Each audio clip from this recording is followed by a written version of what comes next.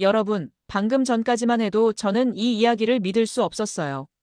한국이 망할 뻔했습니다. 진짜로요. 우리나라 최고 기밀이 중국으로 넘어가고 있었어요. 그런데 이걸 막은 사람이 한국 사람도 아니었어요. 베트남 여성 하나가 모든 걸 바꿔놨습니다. 이 여성이 뭘 봤길래 왜 자신의 목숨을 걸고 한국을 도왔을까요? 그리고 중국은 도대체 뭘 훔치려고 했던 걸까요? 그 가치가 얼마나 되는지 아시면 깜짝 놀라실 거예요. 지금 이 순간에도 전 세계가 우리 기술을 노리고 있어요. 그런데 우리는 이 사실조차 모르고 살고 있었죠. 본격적인 이야기 들어가기 전에 잠시만요. 한국 기술력에 대한 여러분의 생각을 댓글에 작성해주세요. 또한 이야기 들으시면서 기대가 되신다면 구독, 좋아요로 함께 해주세요. 과연 한 명의 여성이 어떻게 국가를 구했을까요? 그리고 우리가 모르는 사이에 또 어떤 일들이 벌어지고 있을까요? 그럼 바로 시작하겠습니다. 저는 베트남 육군에서 의무장교로 복무했습니다. 캄보디아 평화유지군에 파병되었을 때의 일이에요. 그때 저는 28살이었죠. 전쟁터에서 부상당한 동료들을 돌보는 일이 제 임무였어요. 하지만 의료 장비는 부족했고 약품도 턱없이 모자랐습니다. 총알 파편에 맞은 병사의 생명이 제 손에 달려 있는데 할 수 있는 게 아무것도 없었어요. 의사님, 살려주세요. 그 병사가 제 손을 붙잡으며 말했던 게 지금도 생생합니다. 저는 최선을 다했지만 그 병사는 결국 제 품에서 숨을 거뒀어요. 그날 이후 잠을 잘 수가 없었습니다. 꿈에서도 그 병사의 얼굴이 나타났어요. 심장이 마구 뛰고 식은땀이 흘렀죠. 전쟁이 끝나고 고향으로 돌아왔지만 상황은 더 악화됐습니다. 병원을 전전했어요. 의사들은 외상 후 스트레스 장애라고 진단했습니다. 약물 치료를 받았지만 효과가 없었어요. 가족들조차 저를 이해하지 못했죠. 그러던 중 하노이의 한 병원에서 새로운 치료법을 도입했다는 소식을 들었습니다. 한국에서 의료진이 와서 현지 의사들과 함께 진료하는 프로그램이었어요. 처음엔 반신반의했습니다. 외국 의사가 제 마음을 어떻게 이해한다는 거냐고 생각했거든요. 하지만 더 이상 잃을 게 없었어요. 한국인 정신과 의사 박상민 교수가 제 담당이었습니다. 그분은 베트남어를 유창하게 구사했어요. 무엇보다 제 이야기를 끝까지 들어주었습니다. 탄 씨, 당신이 겪고 있는 증상은 생존자 죄책감과 무력감이 복합적으로 작용한 결과입니다. 박 교수가 차분하게 설명해 주었죠. 박 교수는 단순히 약물 치료만 하지 않았어요. 인지행동 치료와 함께 제가 왜 그런 감정을 느끼는지 차근차근 풀어나가도록 도와주었습니다. 탄 씨는 최선을 다했어요. 그 상황에서 누구라도 같은 결과였을 겁니다. 당신의 잘못이 아니라고요. 박 교수의 말이 제 마음에 깊이 와닿았어요. 6개월간의 치료를 받으며 점점 회복됐습니다. 밤에도 잠을 잘 수 있게 됐고 악몽도 사라졌어요. 가장 중요한 건 다시 사람들을 도울 수 있는 용기가 생겼다는 거였습니다. 치료가 끝나갈 무렵 박 교수가 저에게 말했어요. 탄 씨, 한국 기업에서 베트남 타이응우엔에 스마트폰 공장을 짓는다고 합니다. 품질 관리 담당자를 찾고 있는데 관심 있으세요? 저는 망설이지 않았습니다. 제 마음을 치료해준 한국 의료진들처럼 한국 기술의 가치를 이해하고 지키는 일에 참여하고 싶었거든요. 네, 하겠습니다. 그렇게 대답하며 새로운 인생이 시작됐어요. 면접에서 삼성 관계자들에게 말했습니다. 저는 한국 의료진들 덕분에 다시 살게 되었어요. 한국 기술이 얼마나 소중한지 몸으로 느꼈습니다. 최고의 품질로 만들어 더 많은 사람들을 도와야 합니다. 그들은 제 진심을 알아봤어요. 2019년 저는 삼성 타이응우엔 스마트폰 공장의 품질팀장으로 새로운 출발을 하게 됐습니다. 공장에서 생산되는 갤럭시 스마트폰들을 보면서 생각했어요. 이 기기들이 전 세계 사람들에게 전달되어 소통과 정보의 다리 역할을 할 거라고 말이죠. 마치 한국 의료진이 제게 희망의 다리를 놓아준 것처럼요. 타이응우엔 삼성 공장에 첫 출근하던 날을 잊을 수 없어요. 공장 입구에 걸린 현수막에 이런 글귀가 있었습니다. 품질은 우연이 아니라 선택입니다. 한국에서 온 교육팀장 김상호 부장이 저희를 맞아주었어요. 첫 교육부터 충격이었습니다. 여러분, 우리가 만드는 건 단순한 기계가 아닙니다. 전 세계 사람들의 일상과 꿈을 연결하는 도구예요. 김 부장의 목소리에 진심이 담겨 있었어요. 교육 내용도 놀라웠습니다. 기술적인 부분만 가르치는 게 아니라 왜 이 일을 해야 하는지부터 설명했죠. 스마트폰 하나하나에 담긴 철학을 이해하라고 했습니다. 정밀함과 인간미, 이 두 가지가 삼성 스마트폰의 핵심입니다. 김 부장이 강조했어요. 기계를 만들더라도 사람을 생각해야 해요. 갤럭시 스마트폰 조립 라인을 견학하면서 감동받았어요. 수백 개의 부품이 정교하게 조립되어 하나의 완성품이 되는 과정을 보니 마치 오케스트라의 연주 같았습니다. 3주간의 집중 교육을 받으며 한국 기업 문화를 체험했습니다. 완벽을 추구하지만 결코 냉정하지 않았어요. 실수를 하면 혼내는 게 아니라 왜 그런 실수가 일어났는지 함께 고민했죠. 품질 관리 업무를 시작하면서 직원들에게 제 철학을 전했습니다. 스마트폰도 철학이 필요해요. 우리가 만드는 갤럭시 하나가 누군가의 소중한 순간을 기록하고 가족과의 연결고리가 될 수 있다고 생각하세요. 처음엔 의아해하던 직원들도 점차 이해하기 시작했어요. 베트남 직원 응우엔 반롱이 말했습니다. 팀장님, 이제 알겠어요. 우리가 하는 일이 그냥 부품 조립이 아니라는 걸 말이에요. 하지만 모든 직원이 제 방식에 동의한 건 아니었습니다. 특히 군 선배였던 끼엠이 문제였어요. 끼엠은 저보다 5살 많은 선배로 같은 부대에서 복무했던 사이였습니다. 제가 공장에 온 지 6개월 후 그도 생산팀 부팀장으로 들어왔어요. 타나, 너무 이상적으로 생각하지 마. 끼엠이 저에게 말했습니다. 공장은 공장이야. 실용적으로 접근해야 해. 끼엠의 생각은 달랐어요. 적당히 기준을 맞추면 된다는 거였죠. 하지만 저는 타협할 수 없었습니다. 선배, 이건 그냥 제품이 아니에요. 전 세계 사람들이 사용할 스마트폰입니다. 제가 반박했어요. 그래도 너무 까다롭게 굴면 직원들이 힘들어해. 끼엠이 걱정한다는 표정으로 말했죠. 실제로 일부 직원들은 제 검사 기준이 너무 엄격하다고 불만을 표했어요. 한국 본사 기준을 그대로 적용하니까 검사 시간도 오래 걸리고 재검사율도 높았거든요. 하지만 저는 양보할 수 없었습니다. 제가 직접 경험했으니까요. 한국의 진심 어린 도움이 얼마나 소중한지 말이에요. 어느 날 야간 근무를 하고 있는데 한국에서 온 김상호 부장이 찾아왔어요. 탄 팀장, 고민이 많아 보이네요. 김 부장이 말했습니다. 네, 직원들 중 일부가 검사 기준에 대해 불만을 갖고 있어서요. 저는 솔직하게 털어놨어요. 김 부장은 잠시 생각하더니 말했습니다. 탄 팀장의 마음을 이해해요. 하지만 직원들도 이해시켜야겠네요. 우리가 왜 이런 기준을 지켜야 하는지 말이에요. 그날부터 더 적극적으로 직원 교육에 나섰습니다. 제 경험담도 들려주고 한국 본사의 품질 철학도 설명했어요. 점차 변화가 보였습니다. 직원들이 단순히 시키는 일만 하는 게 아니라 스스로 품질을 생각하기 시작했어요. 하지만 끼엠과의 갈등은 계속됐습니다. 그는 여전히 적당한 선에서 타협하자는 입장이었거든요. 2021년 들어서면서 공장 분위기가 조금씩 바뀌기 시작했어요. 코로나19 때문에 스마트폰 수요가 급증하면서 생산량도 늘어났습니다. 그만큼 야근도 잦아졌죠. 일부 직원들의 불만이 표면화되기 시작했어요. 특히 생산라인에서 일하는 젊은 직원들이 문제였습니다. 팀장님, 왜 이렇게 검사가 까다로워요? 다른 공장들은 이렇게 안 한다던데요. 생산라인 직원 팜티란이 불만을 표했어요. 저는 참을성 있게 설명했습니다. 란 씨, 우리가 만드는 건 전 세계로 수출되는 스마트폰이에요. 한 번의 실수가 삼성의 명성을 떨어뜨릴 수 있어요. 하지만 불만은 계속 커졌습니다. 근무 강도에 대한 불평도 늘어났어요. 한국식 근무 문화에 적응하지 못하는 직원들이 있었거든요. 끼엠은 이런 상황을 틈타 저에게 계속 압박을 가했어요. 타나, 현실을 봐. 직원들이 힘들어하잖아. 조금 기준을 낮춰도 큰 문제 없을 거야. 끼엠이 조심스럽게 말했습니다. 선배, 그럴 순 없어요. 품질은 타협할 수 없는 영역이에요. 제가 단호하게 답했죠. 그런데 5월 어느 날 밤 예상치 못한 일이 벌어졌습니다. 야간 근무를 하고 있는데 갑자기 생산 라인이 멈춰버렸어요.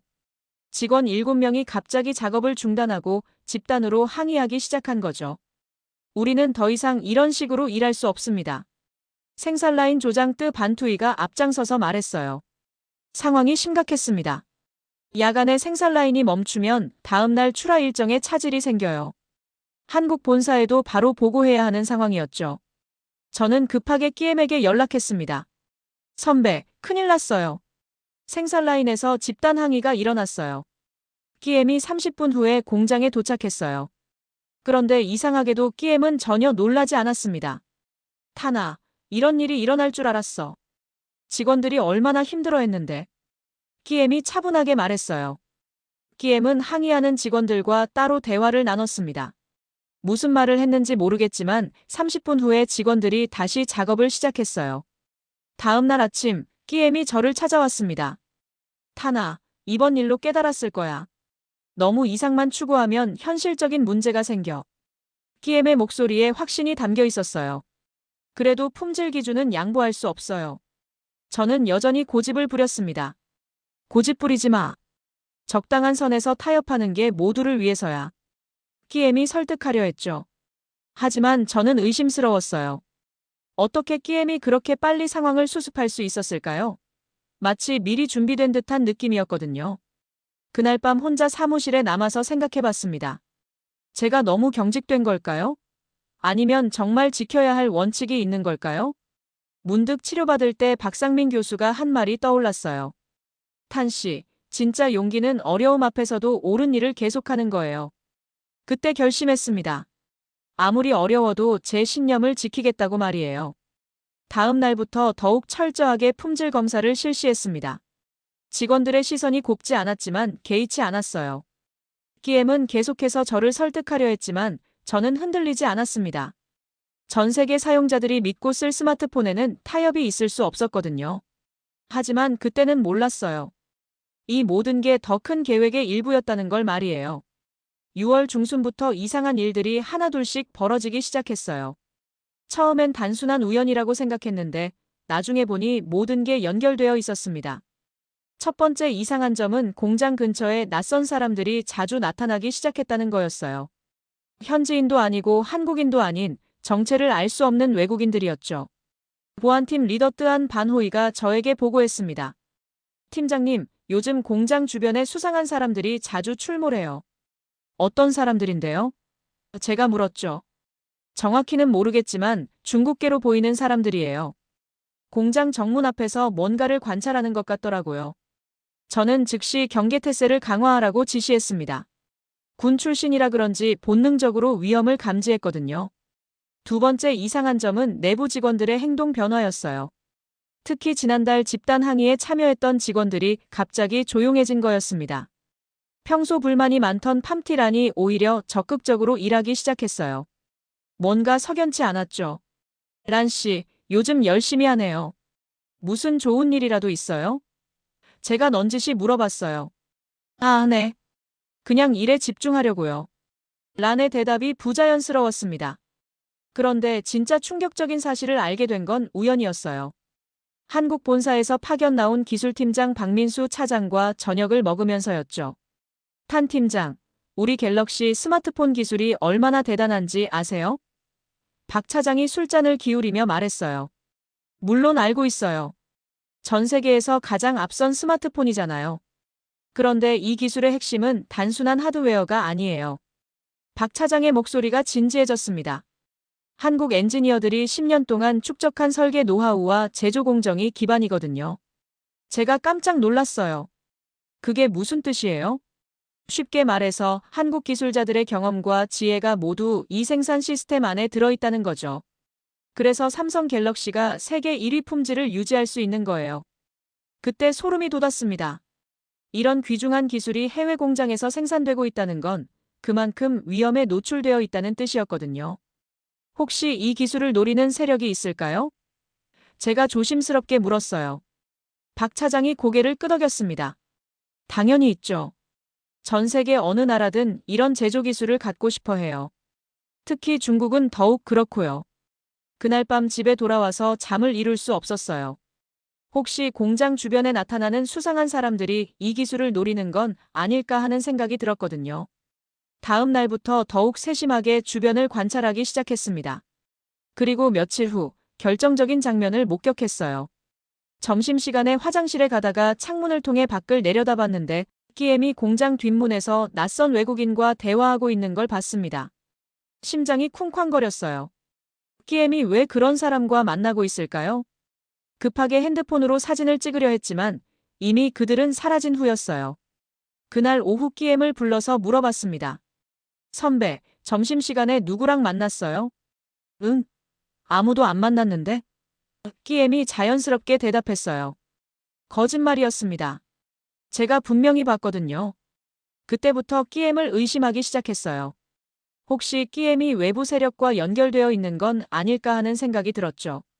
며칠 후, 더욱 확실한 증거를 잡았습니다.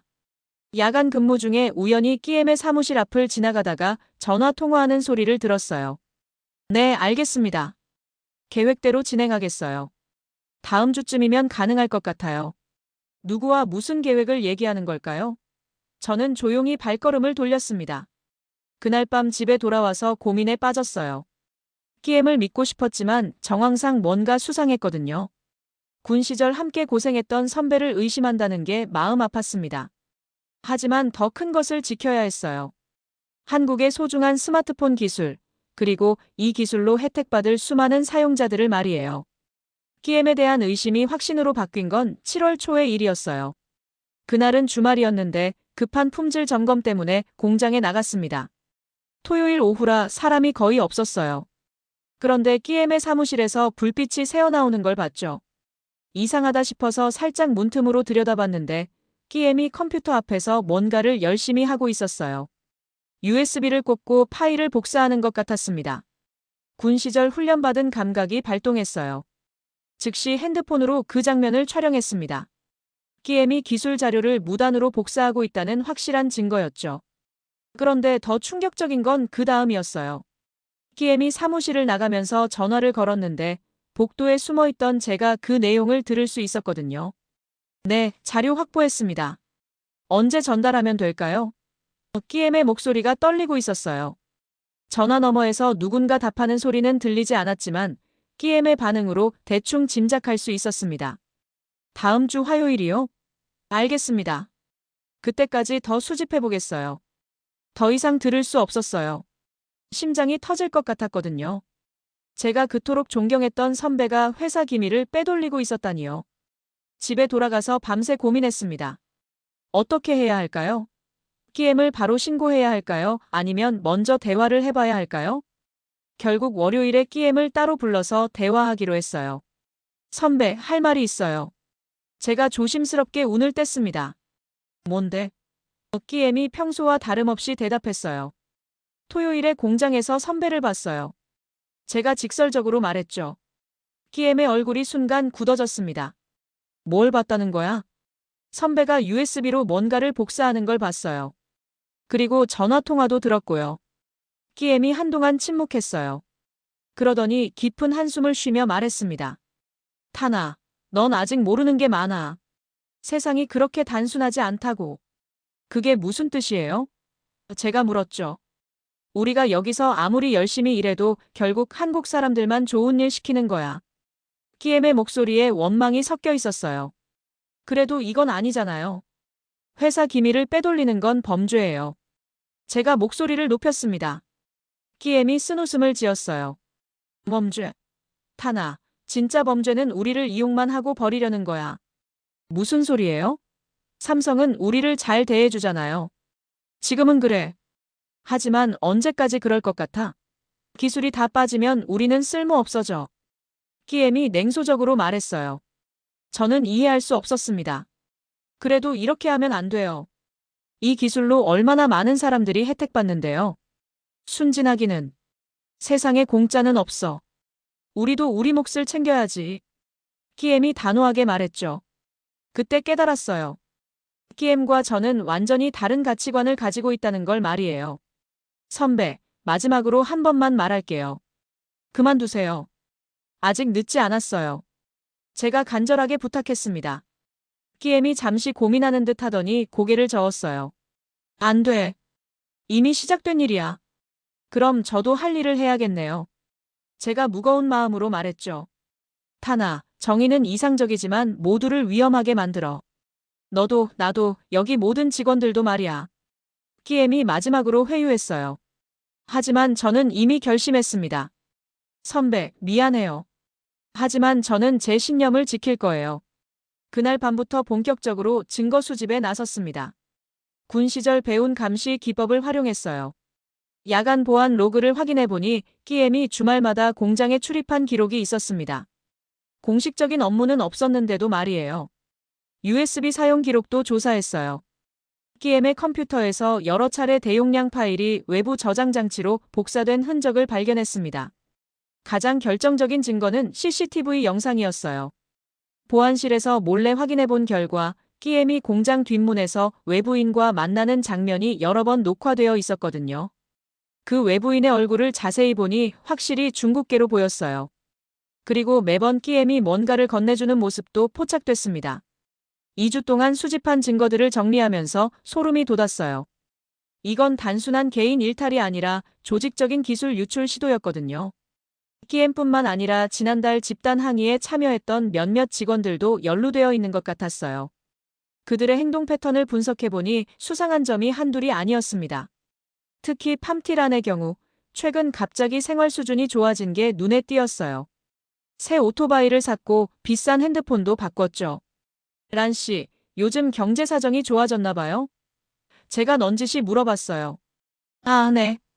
부업을 시작했거든요. 란의 대답이 어색했습니다. 무슨 부업인지 물어봤지만 대답을 회피했어요. 의심은 더욱 짙어졌죠. 증거 수집을 마치고 나서 마지막으로 끼엠에게 기회를 주기로 했습니다. 선배, 정말 마지막이에요. 지금이라도 그만두세요. 제가 간절하게 말했어요. 끼엠이 쓴웃음을 지었습니다. 타나, 아직도 모르겠어? 이미 돌이킬 수 없는 강을 건넜다고. 그럼 저도 어쩔 수 없네요. 제가 마지막 통보를 했죠. 그날 밤 수집한 모든 증거를 USB에 저장했습니다. 그리고 한국 본사 보안팀에 보낼 보고서를 작성했어요. 새벽 3시까지 걸렸습니다. 보고서를 다 쓰고 나니 마음이 무거웠어요. 끼엠을 신고한다는 게 쉬운 일이 아니었거든요. 하지만 더 큰 것을 지켜야 했습니다. 한국의 소중한 기술과 그 기술로 혜택받을 수많은 사용자들을 말이에요. 다음 날 아침, 드디어 결단을 내렸습니다. 7월 20일 화요일 아침, 저는 평소보다 일찍 출근했어요. 오늘이 바로 진실을 밝힐 날이었거든요. 먼저 공장장 쩐 반뚝에게 긴급 면담을 요청했습니다. 쩐 공장장은 베트남 현지인이지만 한국어를 유창하게 구사하는 분이었어요. 팀장님, 무슨 급한 일이신가요?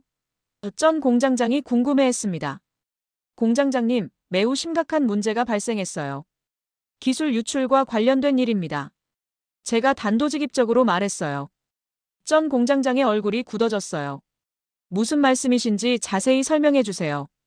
저는 지난 2주 동안 수집한 모든 증거를 제시했습니다. 끼엠의 야간 출입 기록, USB 사용 내역, CCTV 영상, 그리고 외부인과의 접촉 장면까지 말이에요. 이건 정말 심각한 문제네요. 쩐 공장장이 경악했어요. 즉시 한국 본사에 보고해야겠습니다. 2시간 후 한국에서 긴급 화상회의가 열렸어요. 삼성 본사 보안팀장 이정훈 상무와 베트남 법인 대표 김태현 전무가 참석했습니다. 탄 팀장, 정말 고생 많으셨습니다. 이정훈 상무가 감사 인사를 건넸어요. 이런 상황에서 용기 있게 신고해 주셔서 감사해요. 김태현 전무도 말했습니다. 즉시 조사에 착수하겠습니다. 그런데 탄 팀장 안전도 걱정되네요. 그때 이정훈 상무가 놀라운 말을 했어요. 사실 저희도 최근 몇 달간 수상한 징후를 포착하고 있었습니다. 탄 팀장의 신고로 퍼즐이 맞춰지네요. 어떤 징후를 말씀하시는 건가요? 제가 물었죠. 최근 중국 쪽에서 우리 갤럭시 스마트폰과 유사한 제품이 개발되고 있다는 첩보를 입수했어요. 그런데 그 기술이 우리 것과 너무 비슷해서 의심스러웠거든요. 소름이 돋았습니다. 끼엠이 빼돌린 기술이 이미 중국으로 넘어간 건가요? 이정훈 상무가 계속 설명했어요. 그래서 한국인터넷진흥원과 산업통상자원부에도 이미 상황을 보고했습니다. 곧 합동조사팀이 구성될 예정이에요. 다음 날 오후 정말로 한국에서 조사팀이 도착했어요. 한국인터넷진흥원의 박상현 팀장과 산업통상자원부 기술보안팀 최민호 과장이 베트남에 온 거였죠. 탄 팀장님, 국가기술보안에 큰 기여를 해주셨습니다. 박상현 팀장이 악수를 청했어요. 조사는 신속하게 진행됐습니다. PM의 컴퓨터를 압수수색한 결과 예상보다 훨씬 많은 기술 자료가 외부로 유출된 사실이 밝혀졌어요. 그리고 더 충격적인 사실도 드러났습니다. PM과 접촉한 외부인은 중국 전자제품 회사와 연결된 기술 정보 수집책이었던 거예요. 이들은 최소 6개월 전부터 계획적으로 접근했습니다. 최민호 과장이 브리핑했어요. 먼저 내부 불만 세력을 규합하고 그들을 통해 기술 정보에 접근한 거죠. 팜티란을 비롯한 3명의 직원도 연루된 사실이 확인됐어요. 그들은 PM을 통해 돈을 받고 기술 유출에 협조한 거였습니다. 정말 치밀한 계획이었네요. 제가 혀를 찼어요. 박상현 팀장이 고개를 끄덕였어요. 최근 들어 이런 식의 기술 탈취 시도가 급증하고 있어요. 특히 스마트폰, 반도체, 배터리 분야가 주요 타깃이죠. 조사 과정에서 국제 공조 수사도 이루어졌어요. 베트남 공안부와 중국 측에도 협조 요청이 들어갔습니다. 한국의 첨단 기술은 이제 전 세계가 지켜야 할 자산이에요. 박상현 팀장이 설명했어요. 그래서 국제 공조가 필수적이죠. 일주일 후 모든 조사가 마무리됐습니다. PM과 공모자들은 모두 구속되었고 중국의 배후 세력에 대한 수사도 계속되었어요. 탄 팀장님이 없었다면 우리 기술이 완전히 털렸을 거예요. 이정훈 상무가 감사 인사를 건넸습니다. 하지만 저는 복잡한 심정이었어요. PM을 직접 신고한 게 맞는 일이었지만 마음 한편으로는 안타까웠거든요. 선배가 왜 그런 선택을 했을까요? 제가 중얼거렸어요. 박상현 팀장이 답했습니다. 개인의 욕심이 국가적 손실로 이어지는 경우죠. 하지만 탄 팀장님처럼 용기 있는 분들이 있어서 우리 기술을 지킬 수 있어요.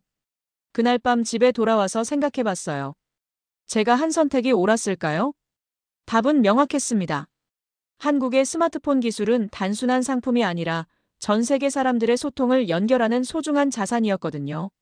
제 마음을 치료해준 한국 의료진들처럼 한국 기술이 악용되는 걸 막을 수 있었다는 것만으로도 충분했어요.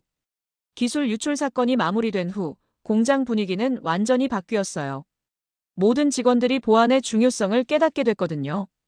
하지만 가장 큰 변화는 PM의 자리가 공석이 된 거였어요. 그와 함께 연루된 직원들도 모두 해고되면서 인력 공백이 생겼습니다. 팀장님, 앞으로 어떻게 될까요? 남은 직원들이 불안해했어요. 저는 최대한 안정적으로 상황을 관리하려고 노력했습니다. 걱정하지 마세요. 정직하게 일하는 분들에게는 아무 문제 없을 거예요. 그런데 8월 초에 한국 본사에서 충격적인 발표가 있었어요. 김태현 전무가 긴급 전체 회의를 소집했습니다. 직원 여러분, 중요한 발표가 있습니다. 김 전무의 표정이 진지했어요. 이번 보안 사고를 계기로 회사에서 큰 결정을 내렸습니다. 모든 직원들이 숨을 죽이고 들었어요. 기존 공장을 폐쇄하고 새로운 AI 기반 스마트 팩토리로 전환하기로 했습니다. 김 전무가 발표했죠. 웅성거리는 소리가 들렸어요. 다들 걱정이 앞선 표정이었습니다. 하지만 걱정하지 마세요. 기존 직원들은 모두 새로운 공장으로 재배치될 예정이에요. 다만 더 높은 수준의 보안 교육과 기술 교육을 받아야 합니다. 저는 안도했어요. 다행히 대량 해고는 없을 것 같았거든요. 김 전무가 계속 설명했습니다. 새로운 스마트 팩토리는 완전 자동화된 생산 시스템으로 운영됩니다. 그리고 보안 시스템도 대폭 강화될 예정이에요. 회의 후에 김 전무가 저를 따로 불렀어요. 탄 팀장, 새로운 공장에서 중요한 역할을 맡아주셨으면 해요. 김 전무가 말했습니다. 어떤 역할인가요? 제가 물었죠. 공장윤리위원회 위원장과 기술보안 책임자를 겸임해주세요. 이번 사건으로 윤리경영의 중요성을 다시 한번 깨달았거든요. 저는 영광스러웠어요. 하지만 동시에 책임감도 무거웠습니다. 제가 그런 중요한 자리를 맡을 수 있을까요? 제가 걱정했어요. 탄 팀장이야말로 가장 적절한 분이에요. 기술에 대한 이해도 깊고 무엇보다 확고한 윤리의식을 갖고 있거든요. 김 전무가 확신에 찬 목소리로 말했어요. 새로운 직책을 맡으면서 첫 번째 과제는 윤리 규정을 만드는 거였어요. 다시는 이런 일이 발생하지 않도록 철저한 시스템을 구축해야 했거든요. 기술 윤리 5원칙을 만들었습니다. 첫째, 기술의 글로벌 가치 존중. 둘째, 기밀 보안의 철저한 준수. 셋째, 개인 이익보다 공익 우선. 넷째, 투명한 소통과 신뢰 구축. 다섯째, 지속적인 윤리 교육 실시. 모든 직원들에게 이 원칙을 교육했어요. 특히 왜 이런 원칙이 필요한지 제 경험담을 들려주며 설명했습니다.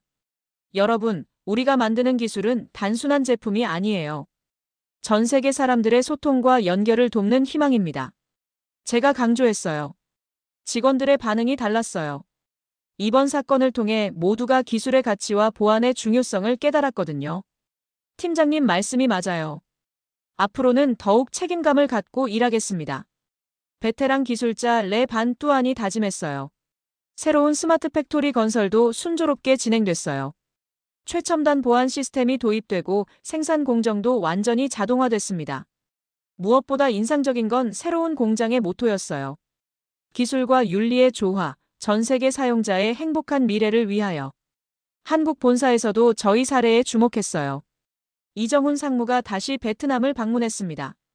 탄 팀장님이 만든 윤리 시스템을 다른 해외 공장에도 도입하려고 해요. 이 상무가 말했어요. 정말요? 제가 만든 시스템이 다른 곳에서도 쓰일 수 있을까요? 제가 놀랐어요. 물론이죠. 위기 속에서 윤리와 기준을 지킨 분이 새로운 시대의 리더가 되는 거예요. 이 상무가 격려해 주었습니다. 그때 깨달았어요. 제가 어려운 선택을 했지만 그 선택이 옳았다는 걸 말이에요. 첨단 기술로 산업과 노동 모두를 보호하는 한국식 해법.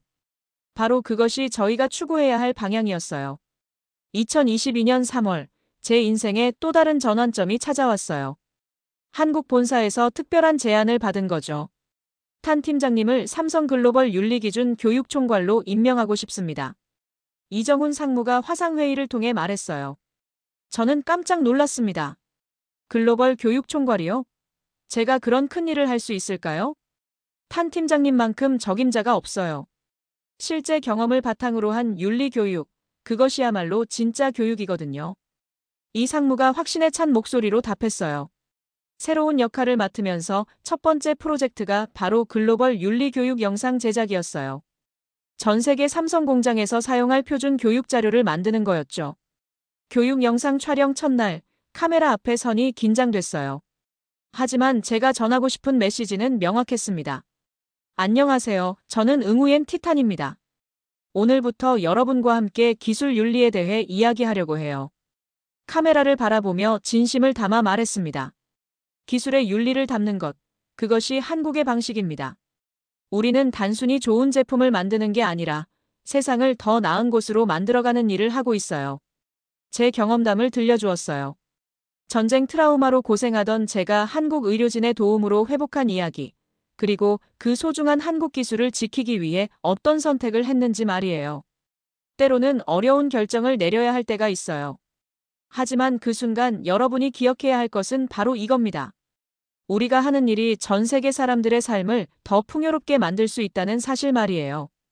촬영을 마치고 나니 뿌듯했어요. 제 이야기가 전 세계 직원들에게 도움이 될 것 같았거든요. 몇 주 후 교육 영상이 완성되어 전 세계 삼성 공장에 배포됐어요. 반응이 폭발적이었습니다. 인도 첸나이 공장의 관리자 라제시 쿠마르에게서 이메일이 왔어요. 탄님의 교육 영상을 보고 깊은 감동을 받았습니다. 우리 직원들도 기술의 진정한 가치를 이해하게 됐어요. 브라질 상파울루 공장에서도 연락이 왔습니다. 탄님의 윤리교육 시스템을 우리 공장에도 도입하고 싶어요. 혹시 직접 방문해서 교육해 주실 수 있나요? 한 달에 한 번씩 다른 나라 공장을 방문해서 교육하는 일정이 잡혔어요. 처음엔 부담스러웠지만 갈 때마다 보람을 느꼈습니다. 인도네시아 자카르타 공장을 방문했을 때의 일이에요. 현지 직원 중 한 명이 교육 후에 저에게 다가왔습니다. 탄님, 정말 감사해요. 저도 가족이 스마트폰으로 해외에 있는 친척들과 연락하고 있는데 우리가 만드는 기기가 그런 분들에게 소중한 연결고리가 된다니 자부심이 생겨요. 그런 말을 들을 때마다 제가 하는 일의 의미를 다시 한번 깨달았어요. 멕시코 티후아나 공장에서는 더욱 특별한 경험을 했어요. 그곳 관리자 카를로스 로드리게스가 말했습니다. 탄님의 교육을 받고 나서 우리 공장의 품질 지표가 30% 향상됐어요. 직원들의 의식이 완전히 바뀐 거죠. 2023년 말 삼성 본사에서 글로벌 윤리 컨퍼런스가 열렸어요. 전 세계 공장 관리자들이 모인 자리에서 제가 기조 연설을 하게 됐습니다. 여러분, 우리가 추구하는 K기술의 본질은 무엇일까요? 제가 청중들에게 물었어요. 그것은 바로 기술과 윤리의 완벽한 조화입니다. 최첨단 기술의 인간적 가치를 담는 것, 그것이 한국 기업의 차별화된 경쟁력이에요. 연설을 마치고 나니 기립박수가 터져 나왔어요. 전 세계에서 온 관리자들이 제 이야기에 공감해 준 거였죠. 컨퍼런스 후 이정훈 상무가 저에게 말했습니다. 탄 팀장님 덕분에 우리가 추구하는 가치가 전 세계로 퍼져나가고 있어요. 정말 대단한 일을 해내셨네요. 하지만 저는 이제 시작이라고 생각해요. 다음 세대를 위해 더 많은 일을 해야 합니다. 최근에는 베트남 대학들과 협력해서 기술 윤리학 강의를 개설했어요. 미래의 엔지니어들에게 기술의 올바른 가치를 가르치는 거죠. 여러분이 개발할 기술이 세상을 어떻게 바꿀지 항상 생각하세요. 기술은 중립적이지 않아요. 그것을 만드는 사람의 가치관이 담기거든요. 학생들의 눈빛이 진지했어요. 이 젊은이들이 미래의 기술을 올바른 방향으로 이끌어갈 거라는 확신이 들었습니다. 어느 날 강의를 마치고 나오는데 한 학생이 저에게 다가왔어요. 교수님, 저도 나중에 교수님처럼 기술의 가치를 지키는 일을 하고 싶어요. 어떻게 하면 될까요? 그 학생의 눈에서 제가 예전에 가졌던 열정을 봤어요. 저는 미소 지으며 답했습니다. 먼저 자신이 하는 일에 자부심을 가지세요. 그리고 항상 기억하세요.